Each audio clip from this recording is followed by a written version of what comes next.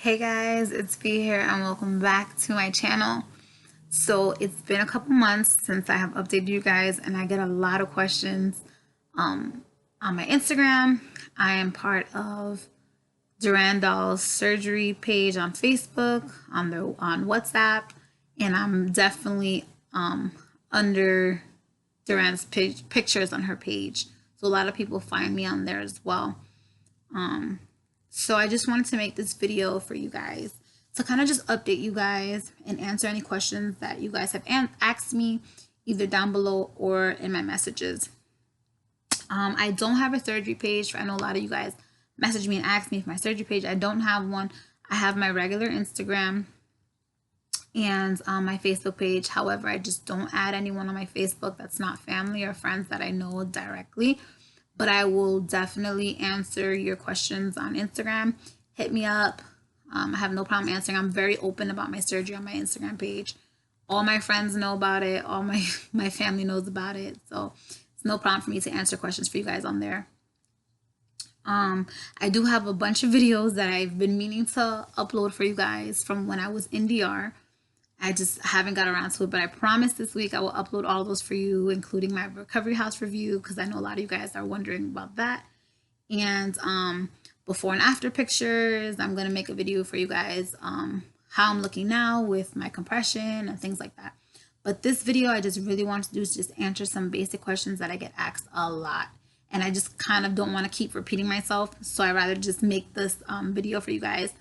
That way you guys can just be clear on certain things, and that way you don't feel like you're bugging me, because I know it's like annoying to like message someone and then you don't get a response right away and you're like, are you ignoring me?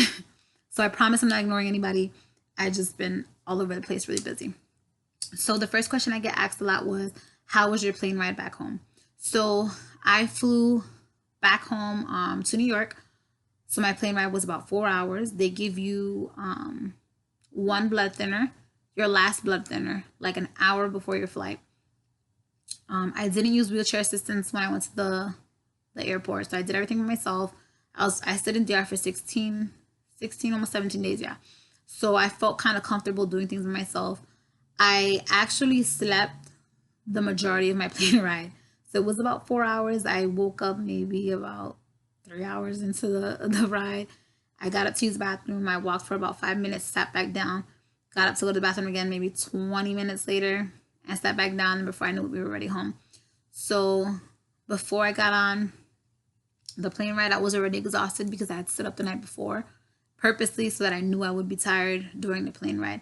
But it is recommended that you get up and you walk at least every 30 minutes and you tell the flight attendants that you did have surgery so that they're aware and that they don't think you're like weird, or or they can also help you if you need help.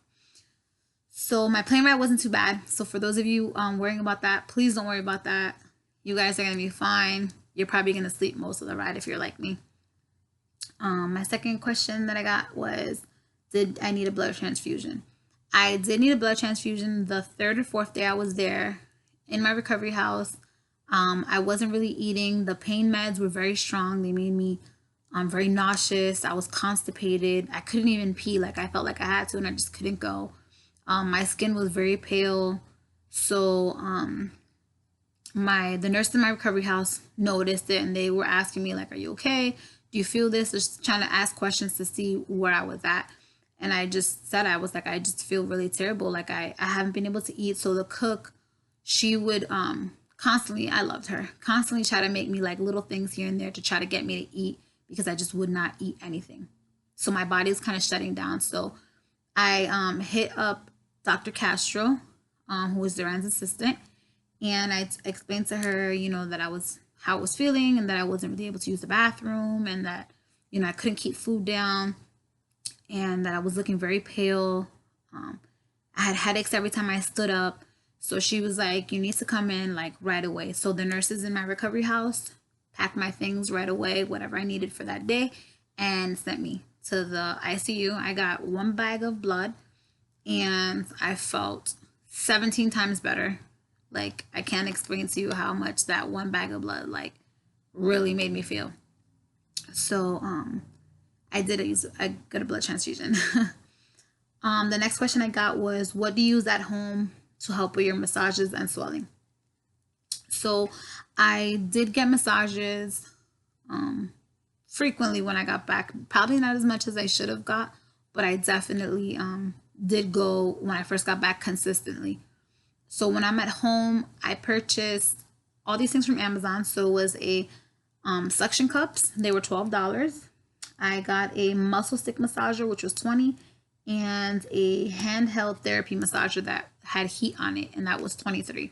So after I showered, every time before I put my faja back on, or if I took my faja off, I would put some coconut oil on my stomach wherever I felt swollen, which is usually more not really up here, but more like on my lower waist and my sides and the lower back. So I would put some coconut oil there, and I would take the suction cups first, suction it the same way they do in the massage places. Then I had like a massage stick roller, which was about like this long. Then it has two handlebars, so you kind of just like roll and push down, and it helped with the swelling a lot. And it was long enough for me to do my lower back by myself and my upper back. And then when I was done with that, I would use the handheld massager with the heat to just go slowly over my stomach. And I did that every single day. I don't know how many times a day, because it really, it just makes you feel really good. So I definitely recommend going on Amazon and buying those things to help with your recovery. The next question I got was, how long were your drains in? So my drains were in for about, sorry, I thought my daughter was waking up. My drains were in for about a week. I didn't get them taken out during the appointment that I was supposed to get them taken out from, because I was still very swollen and still had a lot of fluids. So they left them in for an extra few days until my next follow-up appointment. Then I got them taken out. So it was about like a week they were in. You still get massages with your drains in, so they don't really bother you. I guess after the first couple of days it's uncomfortable because you're just kind of like sometimes you hit the long little drain part or whatever, you'll like run into things, or like it'll get annoying. But after the first like 2 or 3 days, you're kind of just like, oh, it's there, whatever. The next question I got was, where are my incisions? How low? So my incisions for my breast are directly under the crease. And my tummy tuck incision is extremely low, and it's angled perfectly that I can hide it in any type of bottom. So thongs, regular underwear, any bottoms I put cover my incision completely. So I was very happy about that. My incisions on my breasts, since they are directly underneath the crease, they are a little irritated. So I'm 8 months post-op now, and they're still a little irritated. They're kind of pink. They're not as flat as I would like them to be. But again, that's not because of Duran. That's not because of the recovery house. That's because they fall directly on the spot that my faja falls on. So your faja closes about, like, it pushes your boobs up like all the way up here. So it's like it literally falls like right on my incision. So when I put my faja on, I usually have to put like some pads, some socks, a rolled up t-shirt, something. And even then it still irritates because it's like right there. So they didn't heal as good as I would want them to. But I do use silicone strips, and I do use Mederma and all those little things, Biogel. And they definitely help. It makes my incisions a little more smoother. But again, that wasn't Duran's fault. That was just mine. They just so happened to fall on the same exact spot as my faja. Lucky me, right? The next question I got was, how was my post-op care with Duran? This is a question that I get a lot. I guess because she is so hard to reach in the beginning. But the one thing that I want to say is that the Duran that you get when you email her for your initial quote is not the same Duran that you're going to get in person. So the one that just gives you your quote and kind of just like, here it is, that's it, book your date, is not the kind of person you're going to be in person when you're there in her office. She's very sweet, very attentive. She's going to answer all your questions for you. She takes her time with you. So I promise your post-op care is going to be fine. Like, don't panic about that. Fortunately for myself, I did get to see her every single appointment that I had. Just so happened, I guess, the time frame that my appointments were in between her surgery times. So she would always be in there. So originally, when you follow up for your follow-up appointments, you meet with her assistant, Dr. Castro. And then if you're lucky, she might be in the office too, so you'll meet with her as well. But there will never be a time where you cannot get in touch with her unless she's literally like in the OR. But other than that, any questions, she does answer for you. Her assistant will answer for you. Walkiria will answer for you. Anybody in her office, like, they're always going to be there for you guys. So please don't let that discourage you from going to her, because she's an excellent doctor. And she came to my bedside in between her surgeries the first night I was in the hospital to check on me, ask me if I needed anything, how it's feeling, things like that. So my post-op care was good. I have no complaints. The next one, what products did I use most in DR for packing purposes? So a lot of girls in my recovery house during their recovery would go to the mall, would go out to restaurants just to walk, because you're supposed to be walking daily. However, I was not doing so good because I did take myself off of the medication, the pain meds, when I got back from the ICU for my blood transfusion. Excuse me, because the pain meds were also keeping me from eating because they made me nauseous. They had me constipated. So I was in a little bit more pain than some of the other girls because I was only taking my Tylenol extra strength because I refused to take anything else. So I only used about 3 or 4 dresses, and those were for my appointments to go to and from SIPLA.